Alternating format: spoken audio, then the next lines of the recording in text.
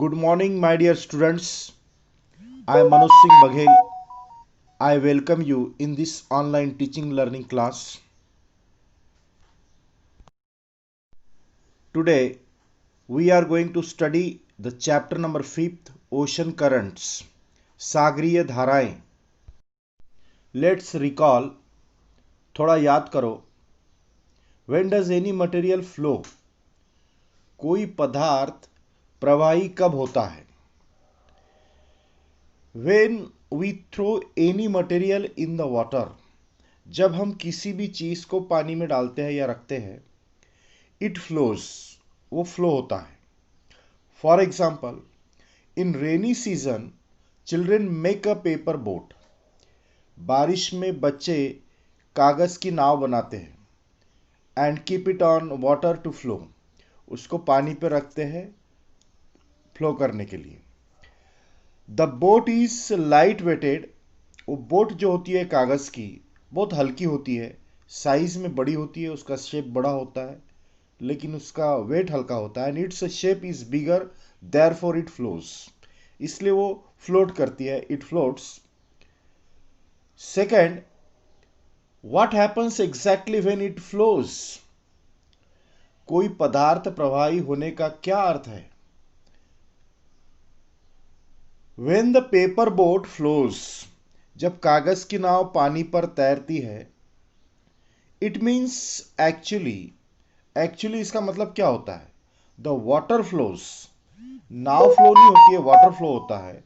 Water current flows, water currents flow, water current जो होते हैं वो फ्लो होते हैं, इसलिए हम बोल सकते हैं exactly the water flows. Third, which anomalies in the material is responsible for the initiation of the flow? प्रवाह निर्माण हेतु, फ्लो के निर्माण हेतु कौन कौन सी प्रक्रियाएं उत्तरदायी होती है? विंड यानी हवा, wind is responsible. Secondly, gravitational force, it is also responsible. And higher level to lower level, water currents जो होते हैं they flow from higher level to lower level, higher level से lower level की ओर जाते हैं, और the sun is responsible. Now try this, अभी इसको करके देखते हैं. some materials required for this experiment, इस एक्सपेरिमेंट के लिए, इस प्रक्रिया के लिए कुछ मटेरियल रिक्वायरमेंट होता है. अ लार्ज मेटल ट्रे, एक बड़ा धातु का बड़ा tray. Water plastic sequence,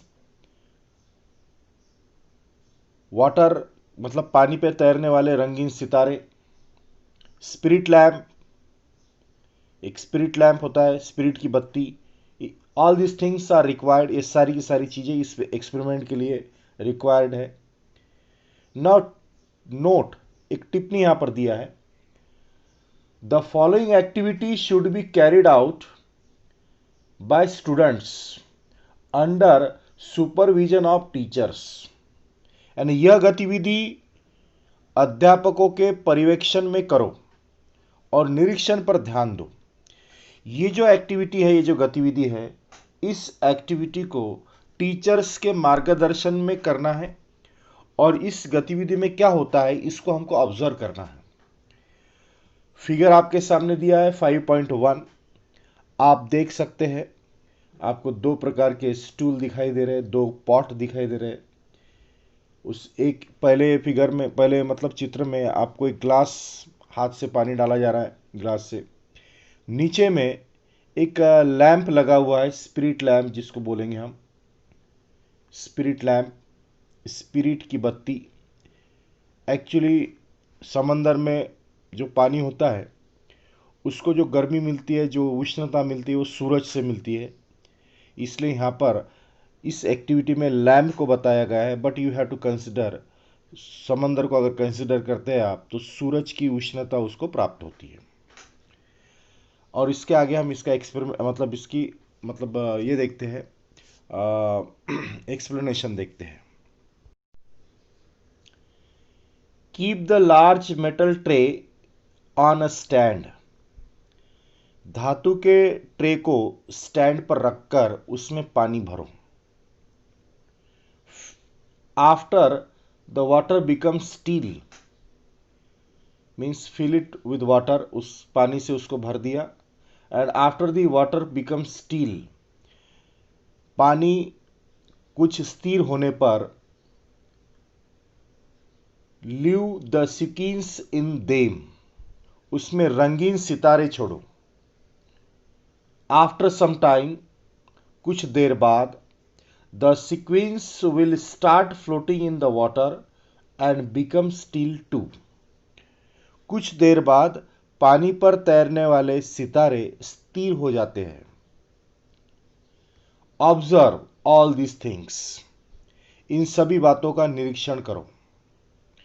after some time, कुछ देर बाद, light the spirit lamp and place it below one corner of the tray, कुछ देर बाद ट्रे के एक कोने में बत्ती जलाकर वह भाग गरम करो, यानी एक तरफ से उस कंटेनर को, उस ट्रे को गरम करो। उसके गरम करने के बाद निरीक्षण करो। You can see in figure 5.1।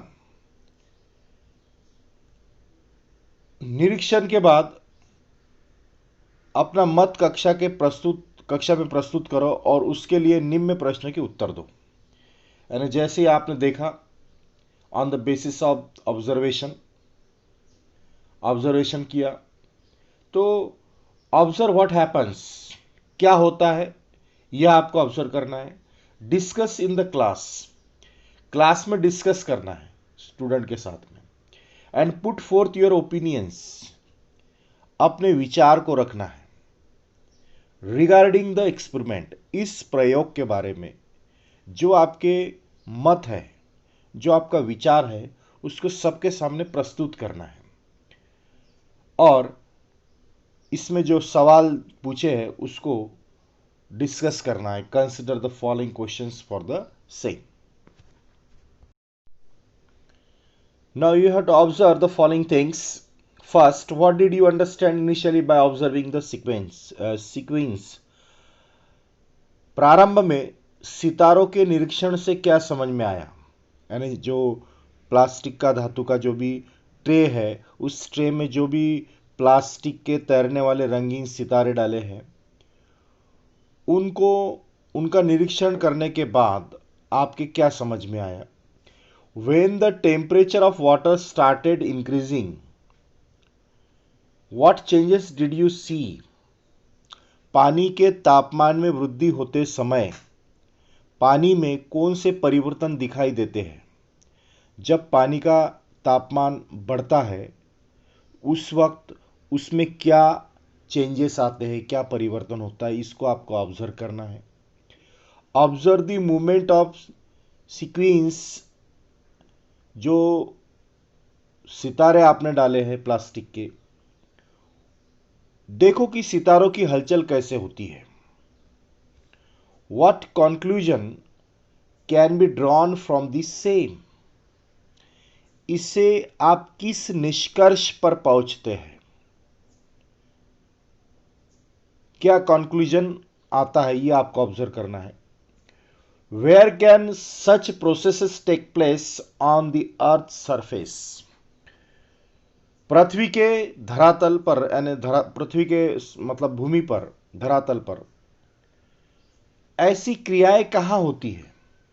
Such type of processes कहां पर होते हैं पृथ्वी पर?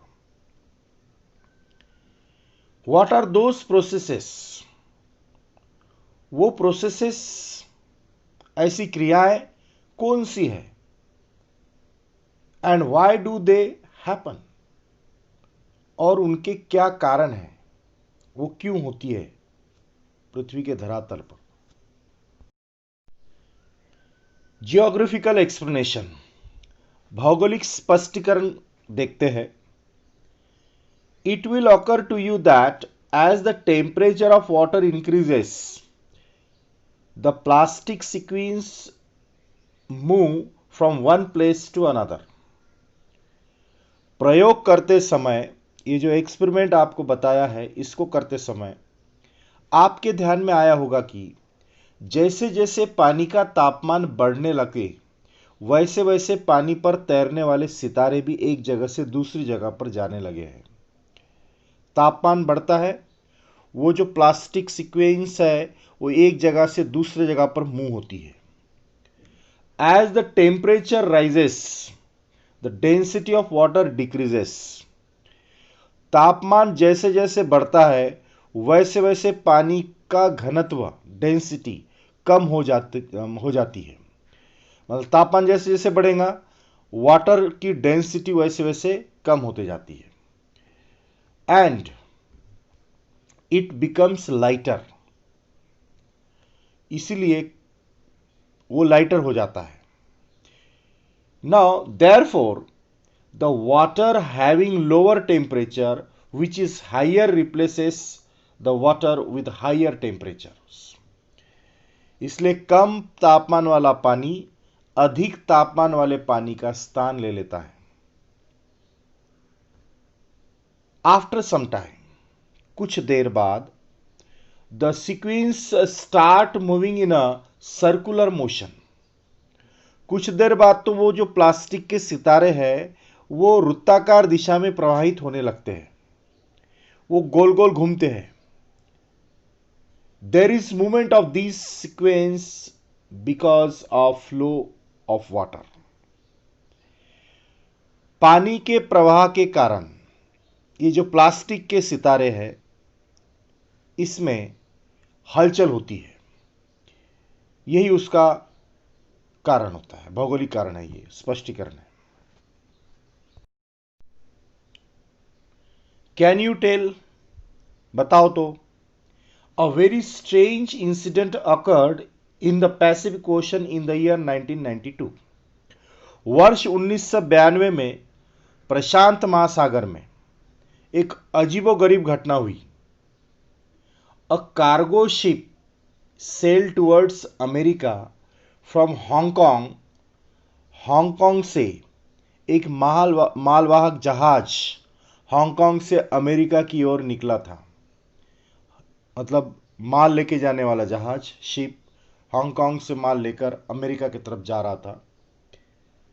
While travelling through the Pacific Ocean, प्रशांत महासागर से यात्रा करते समय, near the Hawaii islands, Hawaii islands के पास, a container full of toys, वो जो जहाज था जिसमें बहुत सारे टॉयज रखे हुए थे, खिलौने रखे हुए थे, fail into the ocean and broke. वो समंदर में डूब जाता है और क्षतिग्रस्त हो जाता है, टूट जाता है, गिर गया और टूट गया। अराउंड 28,000 रबर टॉयज, लगभग 28,000 rubber toys started floating on the ocean.